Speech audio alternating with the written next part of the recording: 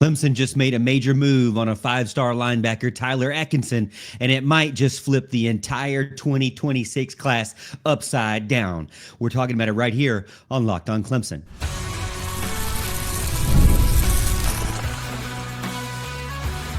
You are Locked On Clemson, your daily podcast on the Clemson Tigers. Part of the Locked On Podcast Network, your team every day. What's up, Tiger fans? I'm Morgan Thomas, Clemson fan, Clemson grad, host and producer of Locked On Clemson, and part-time host and producer over on 105.5 FM, The Roar, Clemson flagship station. And thank you so much for making Locked On Clemson your first listen every day. We're part of the Locked On Podcast Network, your team every day. And if you're new to the show, be sure to hit that like and subscribe button so you never miss an episode. You know how we do it here on Locked On. If you're an everydayer, you know exactly how it goes. You get exclusive Clemson content all throughout the week. And don't forget to follow me in between episodes over on X at The Morgan T Show, where I can talk about all things Clemson. We can chat whenever you want. Coming up on today's show, we've got a ton to talk about specifically around recruiting, and it's going to be a whole recruiting show. So I know you're going to love it. We're going to talk about that big-time five-star linebacker from 2026 that Clemson may get. They're making moves on him right now. And then we'll talk about 2027. Yeah. Can you believe it? We're here in the summer now, the beginning of June. You know what that means. The 2027 recruiting class is finally underway. And I'm excited to talk about it. I know you are as well. You don't have to look too far to see just what the Clemson Tigers are doing and trying to finish up doing really for 2026. And that is absolutely landing a big time five-star linebacker, Tyler Atkinson. Now, you're going to have to flip him. You know, he's got crystal balls and projections to Georgia. He's got a long list of people picking him to go to Georgia. Everybody, Georgia, and he could very well go to Georgia. I mean, he's from Grayson. He's from Loganville. 6'2", 210 pounds, five-star guy, best player in the state of Georgia, best linebacker in the country, top 10 player in the country, according to 24/7 Sports Composite. So he has a lot of accolades. He's got offers from Clemson, Georgia, Ohio State, Alabama, and many, many others. I think 50, you heard that right, 50 total offers across the board. But I think he had a really good experience at Clemson, which most people do. But I think he did. And I don't think Clemson is left on the outside looking in. Now, maybe I'm just crazy Clemson fan here, but it seems like he gave Clemson the opportunity. He came to see them early on in the cycle. And maybe, just maybe, he ends up liking it much more than he anticipated. And then things would kind of roll in our favor here in Clemson. Now, Atkinson is, like I said, a great linebacker, the best linebacker in the 2026 class, uncommitted right now. And he has recently finished up his visit to Clemson, said, he felt like that he was a priority to them, felt like that he came first and that they focused on him and that they really wanted him to be a part of the Clemson family. But as I mentioned, most people still feel like Georgia is the favorite, Ohio State pushing in harder, and then Clemson maybe or maybe not in the hunt, but I think Clemson would be more realistically on a rising fast level. If Clemson can somehow pull an upset here, and Georgia gets all the big-time recruits, we get it. We don't have to brag for you, Georgia. You don't have to brag for yourself. We can brag for you. But as my friend Mickey Plyler said, you don't have to get everybody. Maybe you let Clemson have a couple of good recruits here and there. And maybe some of the recruits say, hey, you know what? Maybe Clemson is just as good as Georgia. Maybe Clemson can give me a lot of the same experience, a lot of the same coaching and success that and NFL pedigree or a pathway to the NFL as Georgia can. It could be, if Clemson lands this guy, it will be the most important defensive commitment since post Brent Venables. I mean, that's how big time this guy is. And the fact that he came on campus, to me, is at least a good thing. There's a real growing chance that it could happen. He's already said that he loves Dabo's style of leadership and his culture, how he puts faith and family and development first. And Clemson was the kind of the first school out the gate with an official visit. These kind of things, to me, mean a lot. And Tom Allen now being a part of the mix here can really highlight just how much he's going to be a centerpiece for the future of his defensive packages going further down the road. And he can help give Atkinson this clear view of what kind of role he's going to play and how important he's going to be. And I think he is going to be a centerpiece for Tom Allen if he were to join Clemson. He can do it all. I mean, when you look at this guy, he's got a motor for days. I mean, he absolutely dominates the field up and down. There's really not much he doesn't do out there. You know, he's an inside linebacker.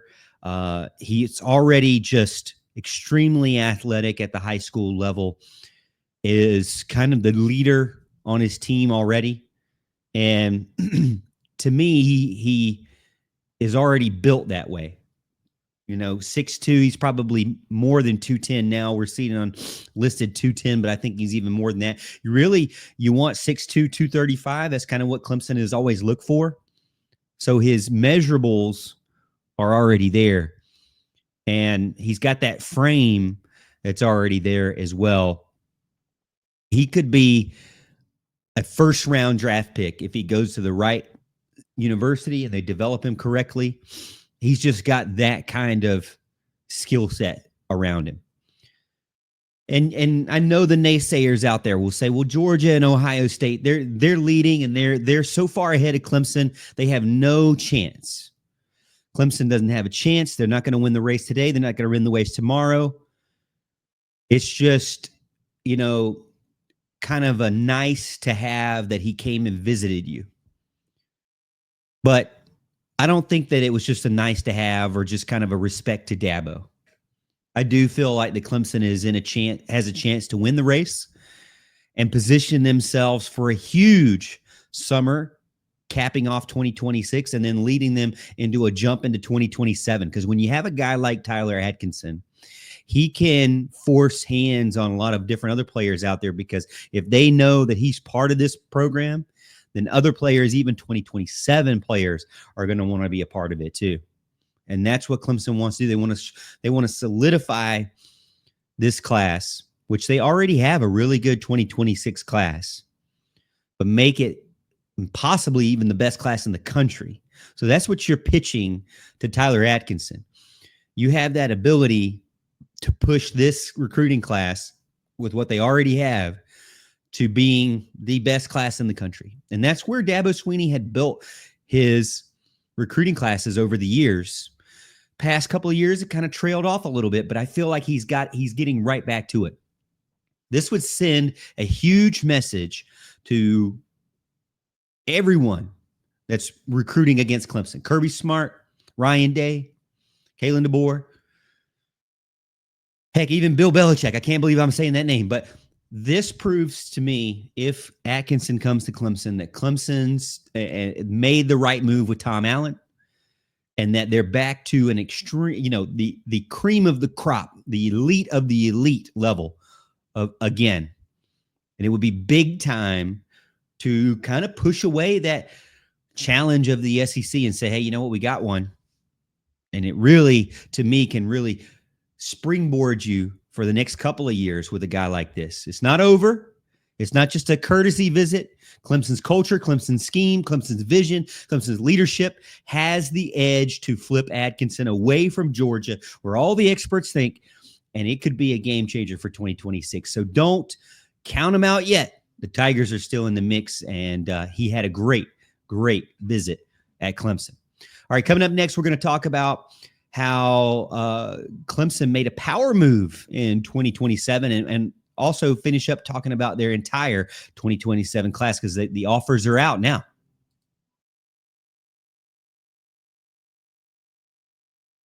Ever check your bank account and wonder, where did all my money go? Between dining out and online shopping and entertainment, it's easy to lose track, and that's where Monarch Money comes in, your personal CFO, giving you full visibility and control over your finances.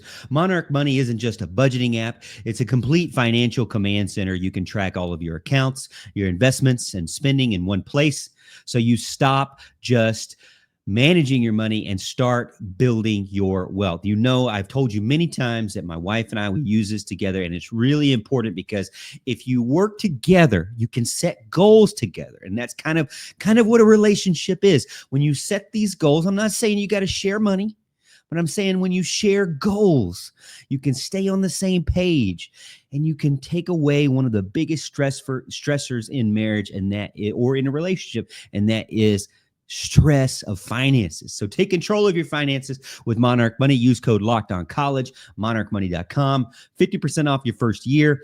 That's monarchmoney.com, code LOCKEDONCollege for half off your first year. And I'm loving this guy. Clemson just offered 5-star cornerback Joshua Dobson, and they picked the perfect player to start off the 2027 recruiting class. Dobson is a top 10 national player, the best cornerback in the country. And shockingly enough, as we don't get many of these, it doesn't come every single year, but he is the number one player in the state of South Carolina for 2027. You heard that right. A top player in the nation in South Carolina, or coming from the state of South Carolina. Now, I think that Clemson or the Gamecocks need to be pushing heavy for this guy, because anytime you get a big time recruit, you want them to stay in state. You don't want them to go to Georgia or Alabama or Ohio State. You don't, Michigan, Texas. You don't want them to go out of state to all these other universities that just want to take your diamonds in the rough or your best players. You don't want that. What you want is you want to keep your best in state with you. Clemson has an opportunity to do that now, and they made it a bold statement by picking him to be the number one, the very first offer in 2027. That's how important it is to Dabo Swinney to make this statement and say, you know what, Alabama? You know what, Ohio State, Georgia? This is our state. We own it. We're going to put our guy out there. We're going to show him that we care about him, and we want him to be number one for us. Clemson was a big-time offer for Joshua Dobson, and the first public offer for 2027. It's not just smart and a recruiting pitch and a sales tool. It is strategic to Dabo Swinney and to Clemson to reestablish in-state dominance. Now, again, it kind of goes back to the past couple of months, past couple of years, past couple of recruiting cycles. Dabo's kind of had some struggles here and there. He hasn't won a couple of the in-state recruits that we would like to have had. A couple of those offensive linemen they missed out on. But a few years before that, they landed everybody, it seemed like. So it kind of comes and goes. Recruiting cycles are, well, for lack of a better word, cyclical. So Clemson needs to establish in-state dominance by showing that Joshua Dobson is a key player for them, is a cornerstone for them, and is going to be a early starter for their defense, somebody that they can build around the same way with Tyler Atkinson. Can you imagine the best linebacker in the country on the same team with the best cornerback in the country at the same time? This would be an elite defense in year 2, or maybe worst case scenario, year 3 of Tom Allen. This is what you're building with these two players, trying to close in Atkinson, trying to get out early with Joshua Dobson. I say early, I don't mean early nationally, because as you know, Clemson, Dabo's he has his method, right? He's not going to offer until the summer of your junior year, usually maybe at best March. We've seen some players get March, some maybe April, May, but most of the time, end of May, beginning of June, that weekend there, which is this weekend or this past weekend, that's when the next level of recruits get their offers. The next class of recruits, if you will, get their offers. So it's falling into place, and we're seeing that Dobson is number one for him. He's a multi-sport athlete with great ball skills. I mean, the guy is super tall, 6'1". He's extremely physical. He plays wide receiver. He plays cornerback. He plays off the ball, on the ball, press coverage. He comes down and plays against the run, can stuff the outside run. And he's their kick returner. So this guy's got speed. He's got height. He's got high point ability, one-on-one coverage ability. Really has everything. He doesn't have to, he doesn't need that makeup speed, because let's say your hips are not in the right place, or you don't make the right steps. You have to have speed to kind of a burst to kind of get you back with the wide receiver. I saw 20 minutes of film on this guy, and I didn't see anything that showed me that he needed make-up speed, because he was that good at coverage. His hips were that good. His footwork was no wasted space, no wasted movement. He's dynamic. He's a big-time athlete. He's an elite ball player. And he has exactly what you want as a first offer for your 2026 class. It was meaningful. They built a strong connection with him. Dobson visited last fall. He plans to return again. We hope to see him this summer. And it fits exactly what Clemson's looking to do. Like I said, we're building towards possibly one of the best defenses in the country with elite players at the most important positions out there. Now, we know that Shane Beamer loves him. South Carolina's been pushing for him. Ohio State also loves him. They got that national pull. But Clemson has done what they needed to do, and they've made him a priority. I don't know if he's truly a priority for South Carolina. I assume he would be. I know he's gone there, at least had conversations multiple times with Shane Beamer. I know that Ohio State's interested in him, but again, we're seeing here that Dabo's not playing around with this.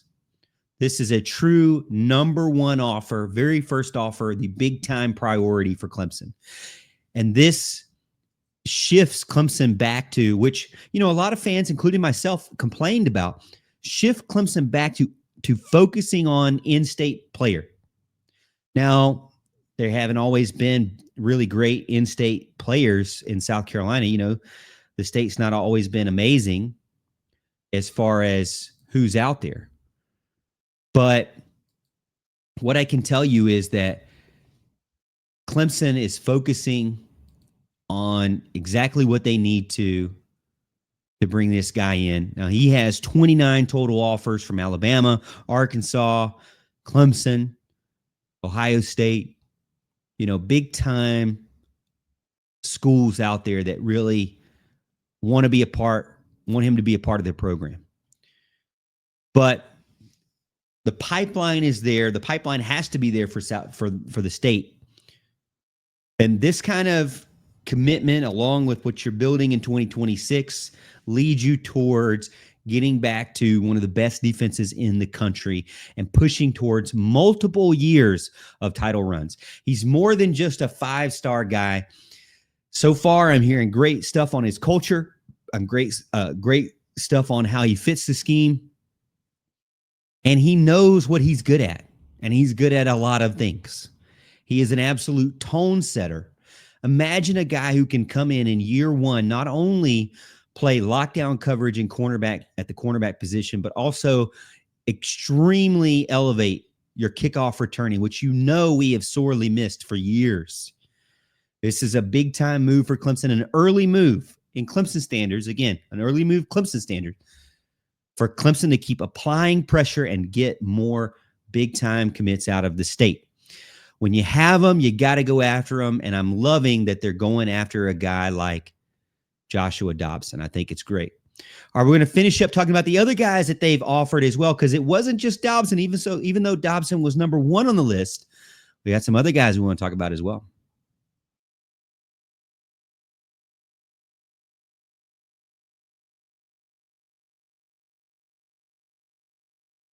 Clemson just dropped their first big batch of recruits for 2027.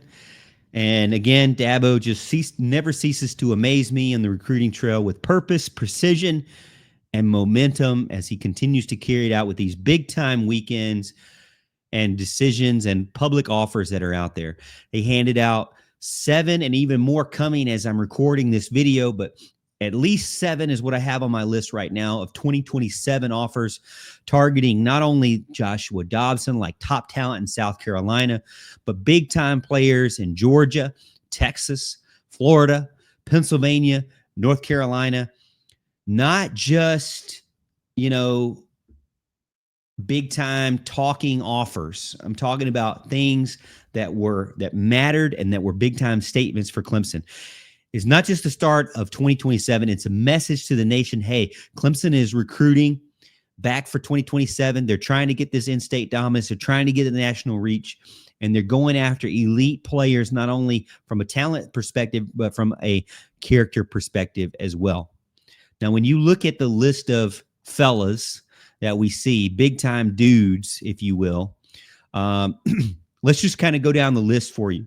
You've got David Segarra, running back, Burns High School, another in-state player who is a standout prospect who, he's exactly what you would want from a CJ Spiller type guy. CJ, I can just tell CJ is just drooling over a guy like this because he has a lot of the same talent. He has good vision, makes a good, strong cut move, and he's very difficult to tackle up high. He is going to make you pay if you just try to wrap around with arm tackling. Then Matt Luke was a part of the mix as well. So you love CJ Spiller, gets his guy right out the gate. Another guy that he really, really wants, and an in-state guy. But then Matt Luke's going national. Matt Luke's going Kennedy Brown, one of the best offensive tackles in 2027, if not the best offensive tackle. That is a statement. Kingwood High School in Humble, Texas. And Matt Luke's saying, hey, we're going to go after the best. Not just anybody. We're going to go after the guy. And Jimmy Callis, offensive tackle from Central Catholic High School, Pittsburgh, Pennsylvania. He has a huge presence on the line of scrimmage. And he also recently announced on social media that he got an offer. So Matt Luke out the gate with 2, CJ Spiller out the gate with 1. Then you have Ben Boulware, and I guess you could say Ben Boulware and Tom Allen out the gate with 3, and Caden Henderson and Jesuit High School in Tampa, Florida. Dynamic linebacker prospect. Really excited about getting a Clemson offer. Quentin Cipher from Raleigh, North Carolina, Millbrook High School. Big time. A lot of people love this guy. A lot of people love this linebacker. And then Max Brown, who just as of a couple of hours before recording this video, he's already committed to Clemson. So the very first commit to Clemson is Sammy Brown's little brother, Max Brown. And I got to tell you a story about this. So I'm at one of the games. I can't remember what game it was last year. I'm at one of the games. I go down. I need to get something to drink. So I go to the concessions, and I'm sitting on the 50-yard line with one of my friend's tickets. I can't afford 50, but my friend can. So I sat with him. I go up to the drink stand, and Sammy Brown's mom's there. She has a big number 47. My player is 47, or my son is 47. So I figured it was Mrs. Brown. So I said, I introduced myself. I asked her how she was doing, and hopefully she was enjoying her experience with Clemson. And, they had nothing but great things to say about Clemson. And she said, have you heard about Max? And I said, yeah, I've heard about him. I don't know much. I haven't seen any film yet as of this time. This was last fall. She said, well, I think, everybody loves to talk about Sammy, but Max is a better player than Sammy. I said, wow, I don't know if you should say that, Mom. You should love them both equally. She said, oh, I love them both equally, but Max is excited to about an opportunity to play for Clemson, and he is extremely talented as well.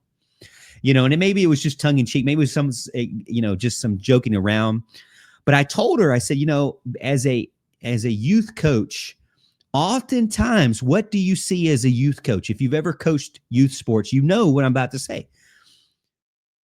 Oftentimes, the younger sibling who has to kind of go through the practices and sit and wait their turn and go to their big brother or big sister's games and sit in the bleachers or go play on the playground or play in the dirt while their other older sibling gets to go to the game and enjoy their part. A lot of times that kind of wait your turn experience molds the younger sibling, and just kind of watching if they get a glimpse of what their brother or sister is doing and how they can do better or worse or improve, then a lot of times the younger sibling does better. Now, I have a family that I love that has played for me in softball, and the oldest sister, she's great. She's going to college, play softball. The middle sister, she's also really good in her own respect. She's moving up to high school. But the baby girl, she, to me, is a absolute ball player. So they're blessed with 3 great softball players. But, I'm thinking that the youngest, just like with Max Brown here, could possibly show off. And maybe, hey, this is not going to be the only duo that we have in Clemson. We got Wade, Woodaz, which I guess they won't all be at the same time because Wade's probably moving on. But you got Wade and Drew, and you got Max and Sammy. Pretty cool to see, So even though he's the younger brother, and I know this is a dream come true for him, I think that, he definitely deserved it. It wasn't just like a legacy pick, or are you just picking him because he's a younger brother? No, Max Brown, if you haven't seen film of him, go check it out. The dude can absolutely play ball. Whether he's better or worse than his brother, we'll see. We'll have to see what he can do at the college level. But hey, if you like what you like from Sammy Brown so far, which I know you do, I mean, Max Brown's got to be as good or maybe serviceable at the best as well, because he's got to be the same. He's got to be up there, is all I'm saying. Maybe serviceable is not right, but I'm saying that he can hang. Let's put it that way. And then the last guy on my list, which they've also come out with another cornerback as well, is Joshua Dobson, and then Larry Moon the second. Those 2 guys have also been offered. So you've got Mike Reed in the mix with cornerbacks. So you know what their priorities here for 2027 are. They've got to continue to fill up their running back room. They've got to find the next big superstar, megastar in the running back. They've got to get the best of the best offensive tackles. They cannot ignore any of that. So you've got star running back, offensive tackles, and then from a Ben Boulware, Tom Allen perspective, you've got linebackers as the core of the middle of your defense, the second line of defense, if you will. The generals out there, they've got to get big-time guys there as well and kind of refresh that group. And then the cornerback room as well. So it looks like there's a good balance between linebacker, cornerback, offensive tackle, running back right now at the start of 2027. So pretty exciting to see. I know you are pumped about more recruiting news, because that's what we're going to do here in the off season of Clemson football, getting ready for the 2025 season. I'm excited for it. Hope you are as well. Thank you so much for the everydayers out there. I cannot express to you how much I appreciate you. This is the off season, so we're more than likely not going to do a show every single day like I usually do Monday through Friday. We're probably going to do like a Monday, Wednesday, Friday. I was out flying all day yesterday, so I just could not. I had no chance to get an opportunity to go and record yesterday. So you get one today, you're going to get one tomorrow on a Wednesday, and you get one Friday. So I promise you that. More recruiting, tons of recruiting this week. So make sure you tune in this week. But thank you so much. We're starting off June good. I'm excited for it. Thank you for making Locked On Clemson your first listen today. For your second listen, don't forget to check out the Portal Show. My friend Brian Smith, he's the Florida State guy, but he also does the Portal Show with the latest rumors, portal entry, signings, and then be the most informed fan on the rapid changes that are happening in college football. Find the Portal on YouTube or wherever you listen to podcasts. And that's it for today's show. Thank you so much, Tiger fans, and we'll see you at the top of the hill.